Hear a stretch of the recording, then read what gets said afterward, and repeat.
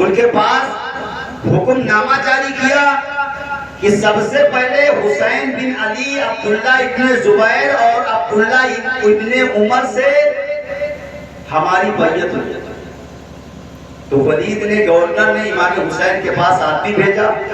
کہ جاؤ حسین کو بلا کے لاؤ، اور جب آپ کو بلا کے لوگ لے گئے، آپ سمجھ گئے کہ آپ کو پتہ چل گیا تھا کہ حضرت امیر معاویہ کا انتقال ہو چکا ہے اور ان کے بعد ان کا بیٹا جانشین بن کے بیٹھا ہے۔ اور جب آپ کو بلایا گیا تو امام حسین رضی اللہ تعالیٰ عنہ اپنے چند جوانوں کے ساتھ گورنر ہاؤس مدینے میں پہنچے، اور جب وہاں پہنچے تو ولید نے کہا اے حسین، امیر معاویہ کا انتقال ہو گیا ہے اور آپ ایسا کرو کہ انہیں، یزید کو آپ اپنا پیشوا تسلیم کر لو۔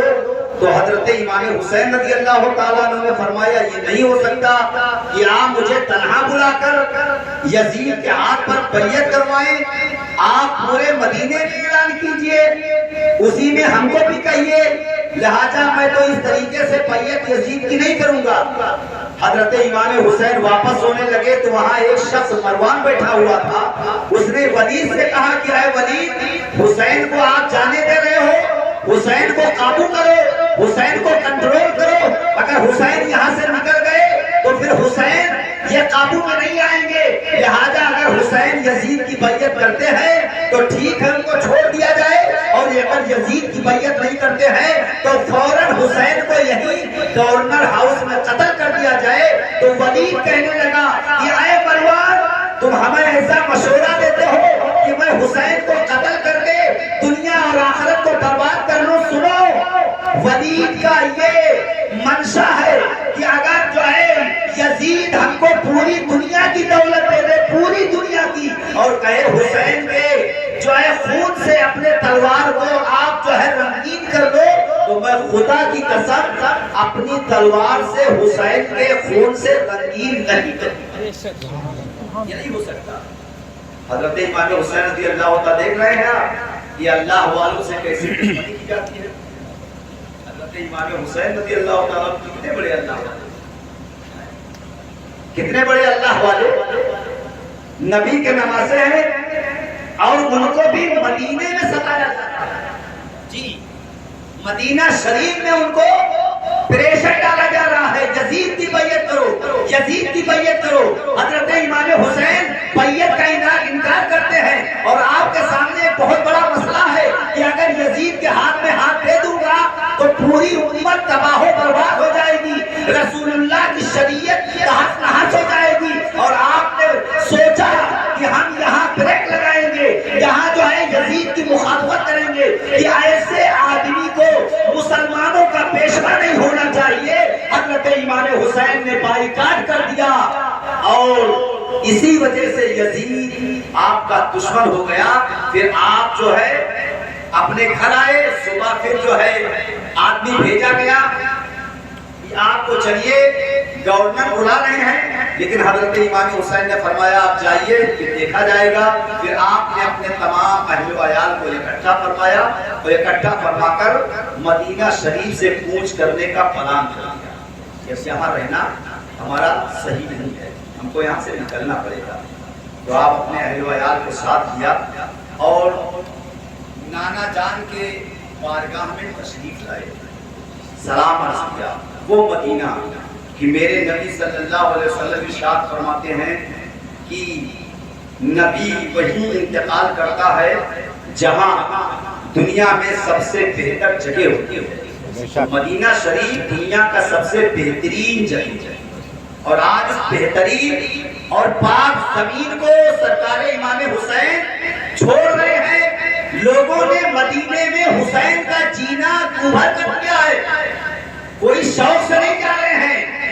حضرت امام علی کا جو ہے رہنا دوبھر بنا دیا گیا۔ آپ حضرت امام حسین رضی اللہ تعالیٰ عنہ بارگاہ مصطفیٰ میں آتے ہیں۔ المختصر کوئی شاعر کہتا ہے کہ مزار مصطفیٰ پر شام ہوتے ہی امام آئے، سبحان اللہ، مزار مصطفیٰ پر ہوتے ہی امام آئے اجازت کی غرض سے آخری کرنے سلام آئے اجازت کی غرض سے آخری کرنے سلام آئے کہا رو کر سلام اے تاجدار عالم امکان کہا رو کر سلام اے تاجدار عالم امکان سلام اے سرور عالم سلام اے سرور جیشان سلام اے سرور عالم سلام اے سرور ذیشان ذرا دیکھو تو چہرے سے اٹھا کر گوشہ داماں حسین ابن علی پر تنگ ہے طیبہ کی اب گلیاں یزیدی دور ہے اسلام ہے سرکار خطرے میں یزیدی دور ہے اسلام ہے سرکار خطرے میں نواسا آپ کا اس وقت ہے دشمن کے نرغے میں نواسا آپ کا اس وقت ہے دشمن کے نرغے میں اس طریقے سے امام علی مقام رضی اللہ تعالیٰ عنہ اپنے نانا جان کے بارگاہ میں استغاثہ پیش کرتے ہیں نبی کی بارگاہ میں حاضری کے بعد اپنے امی کی بارگاہ میں تشریف لاتے ہیں سیدہ فاطمہ خاتون جنت کی بارگاہ میں وہاں بھی سلام عرض کرتے ہیں اور الوداع کہتے ہوئے روتے ہوئے امام حسین رضی اللہ تعالیٰ عنہ مکہ شریف کے جانب چل دیتے ہیں لیکن یاد رکھو حضرت امام حسین جب مدینے سے چلے تو نہ آپ نے قرآن کو جدا کیا جہاں جہاں حسین گئے وہاں وہاں قرآن گئے سبحان اللہ قرآن سے آپ کا اتنا شوق تھا کہ محرم کی 10ویں رات میں امام علی مقام کے بارے میں فرمایا جا رہا ہے کوئی اللہ کے بندے کہتے ہیں کہ میں نے